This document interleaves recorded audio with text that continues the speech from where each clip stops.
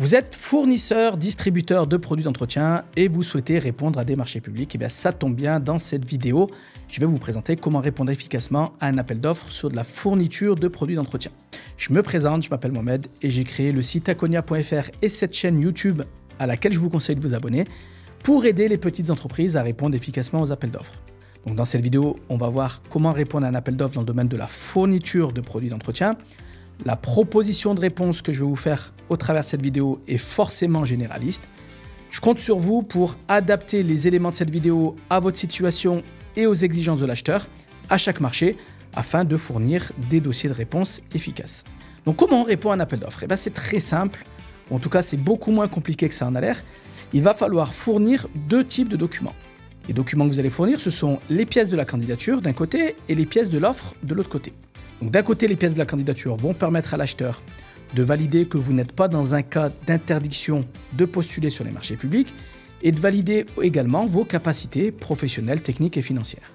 De l'autre côté, les pièces de l'offre vont permettre à l'acheteur de vous attribuer une note, à la fois sur le plan technique, mais aussi sur le plan prix, voire sur des critères environnementaux ou sociaux. Donc dans les pièces de la candidature, quand on répond à un marché public, il faut fournir un formulaire DC1 et un formulaire DC2, ou un DUM, et puis des attestations ou certificats en fonction de ce que demande l'acheteur dans le règlement de consultation. Au niveau des pièces de l'offre, pour être bien noté, vous allez fournir un acte d'engagement, une offre financière au travers d'un document que vous allez compléter qui est généralement un tableau Excel, et puis un mémoire technique qui doit permettre à l'acheteur de valider que vous allez pouvoir proposer une prestation de qualité. Toute la partie candidature de la réponse à un appel d'offres est déjà traitée dans une formation d'1 heure que je vous invite à consulter et qui est accessible sur le site akonia.fr. Le lien de cette formation est dans la description de cette vidéo. C'est une formation qui va vous permettre de récupérer 5 astuces pour monter des dossiers gagnants en une demi-journée et de récupérer également un kit de démarrage sur les marchés publics avec formulaire DC1, DC2 automatisé et modèle de notes de présentation. Donc dans cette vidéo, on va surtout parler du mémoire technique puisque c'est la partie centrale de votre réponse à un appel d'offres. Mais alors, que faut-il mettre dans ce mémoire technique ? Quels sont les éléments à aborder dans le mémoire technique ? En règle générale, vous devez aborder 4 points importants dans ce mémoire technique. Le premier, ce sont les moyens humains. Pour l'acheteur, il est important de savoir qui va réaliser la prestation. En particulier, pour l'acheteur, il est important d'avoir un interlocuteur référent, c'est-à-dire une personne qui est responsable, qui est chef de projet et qui facilitera la relation entre les équipes de l'acheteur et l'entreprise.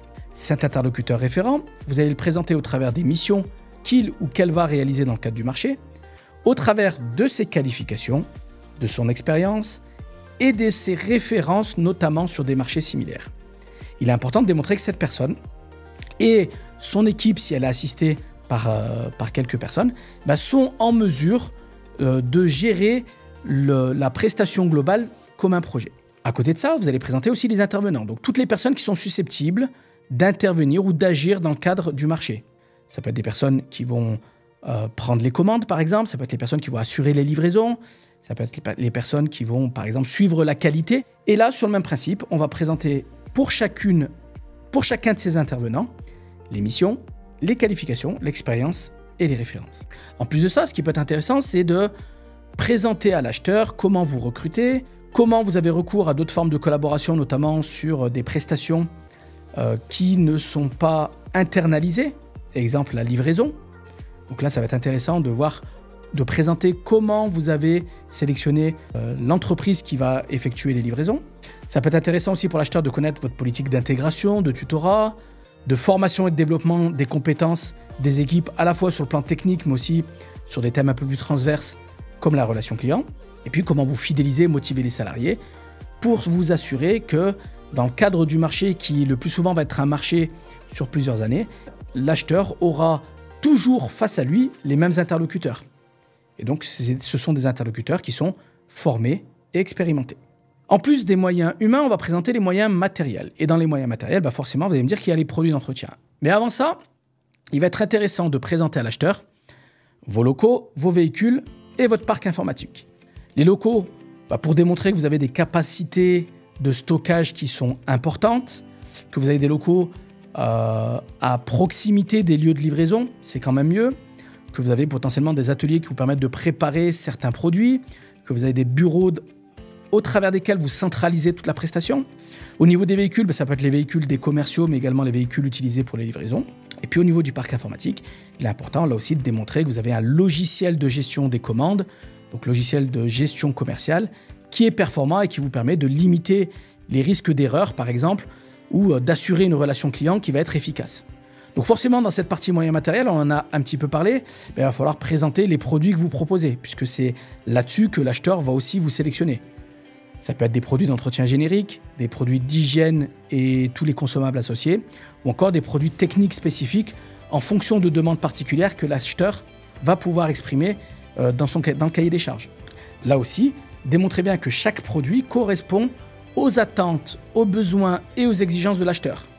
Et pour ça, pour chacun des produits, il est important à la fois de définir ses caractéristiques matérielles, ses performances fonctionnelles, toutes les fonctions complémentaires que les produits remplissent, le fait qu'ils soient conformes à des normes, qu'ils soient fiables, qu'ils assurent une certaine longévité, tous les services associés.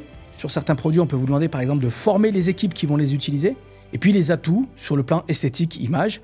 Et là, on peut penser aussi au fait que ces produits-là, en termes d'odeur, ils ne vont pas poser de désagréments aux usagers ou aux utilisateurs. En termes de méthodologie, là aussi, pour l'acheteur, ça va être un critère qui va être important, un critère de notation qui va être important. Pourquoi ? Parce qu'au-delà de produits, l'acheteur, ce qu'il recherche, c'est une relation commerciale efficace avec un fournisseur. Donc, ce que demande l'acheteur, c'est souvent de présenter la méthodologie de gestion des commandes. Comment l'acheteur peut faire pour passer commande ? Et bien là, vous allez présenter les différents moyens que vous mettez à disposition de l'acheteur pour qu'il puisse passer des commandes. Est-ce que ça se fera par email, par téléphone ? Ça peut se faire aussi via un site internet, avec un catalogue en ligne. À partir de là, une fois que la commande est passée, comment vous la traitez ? Qui s'occupe de quoi ? Quelles sont les différentes étapes et quel est le délai global de traitement d'une commande ? Donc là, étape par étape, vous expliquez comment la commande est intégrée dans votre système de gestion, comment vous consultez les stocks, comment éventuellement vous vous réapprovisionnez et comment vous lancez la livraison. Et justement, dernière étape, comment vous organisez la livraison et aussi quel est le délai global pour que l'acheteur puisse obtenir ses produits. Donc en gros, il faut que l'acheteur sache entre le moment où il passe commande et le moment où il est livré, sur combien de temps vous vous engagez et quels sont les potentiels aléas et ce que vous avez prévu pour les limiter.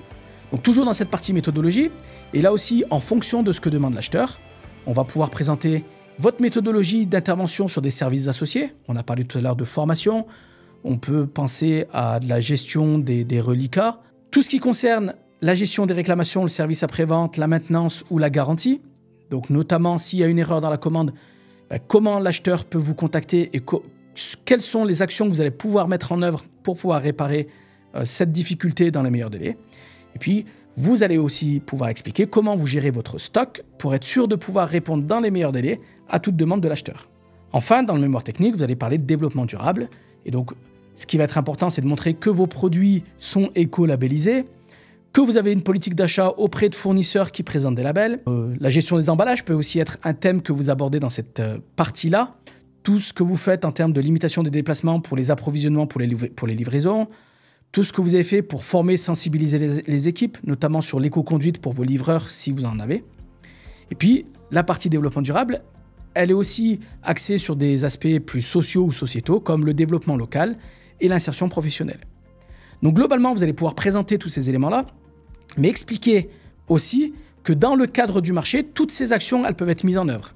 Ça permet à l'acheteur de valider qu'il va travailler avec un partenaire qui est sensibilisé aux mêmes questions que lui. Voilà donc des astuces et des conseils sur comment répondre à un appel d'offres de fourniture de produits d'entretien. Si vous avez des questions sur cette vidéo, posez-les en commentaire pour que je puisse y répondre. Si vous avez besoin d'aller plus loin sur la gestion des réponses aux appels d'offres, vous avez une formation qui est en ligne, elle dure 1 heure, elle est accessible librement et gratuitement grâce au lien qui est dans la description de cette vidéo et elle vous permet de récupérer un kit de démarrage sur les marchés publics et de poser vos questions en direct sur les appels d'offres. Si la vidéo vous a été utile, cliquez sur le bouton j'aime pour m'en avertir, ça me fait toujours plaisir. Et si vous souhaitez bénéficier de plus d'astuces et de conseils, abonnez-vous à cette chaîne et actionnez la cloche.